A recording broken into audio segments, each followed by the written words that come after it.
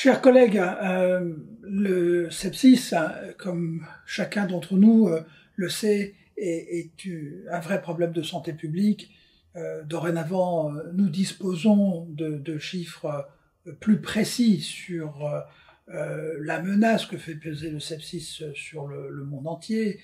Le dernier travail sous l'égide de l'OMS, publié dans le Lancet il y a quelques mois, montre que ce sont en réalité chaque année plus de 40 millions de personnes qui sont atteintes de sepsis et plus de 11 millions d'entre elles qui décèdent chaque année de sepsis. Donc oui, le sepsis représente un fléau pour notre société et nous, réanimateurs, médecins intensivistes réanimateurs, sommes au cœur de la lutte contre le sepsis. Nous avons énormément contribué, notre discipline a contribué au fil du temps à affiner la définition du sepsis. Beaucoup d'entre nous, en particulier en France, et la France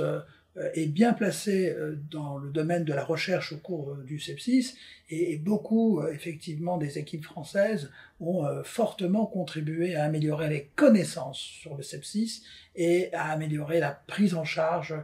thérapeutique des patients. Donc, à l'approche de la journée mondiale du sepsis qui aura lieu début septembre, il est important que notre spécialité, que notre discipline communique le plus largement possible autour de soi,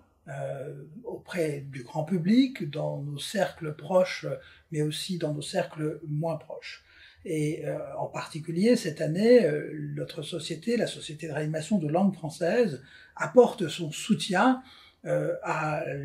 au World Sepsis Meeting, qui va être organisé sur 4 jours, du 12 au 16 septembre, et qui est organisé pour la première fois sous forme virtuelle. Il sera donc possible à chacun d'y participer, d'assister, de suivre plus de 150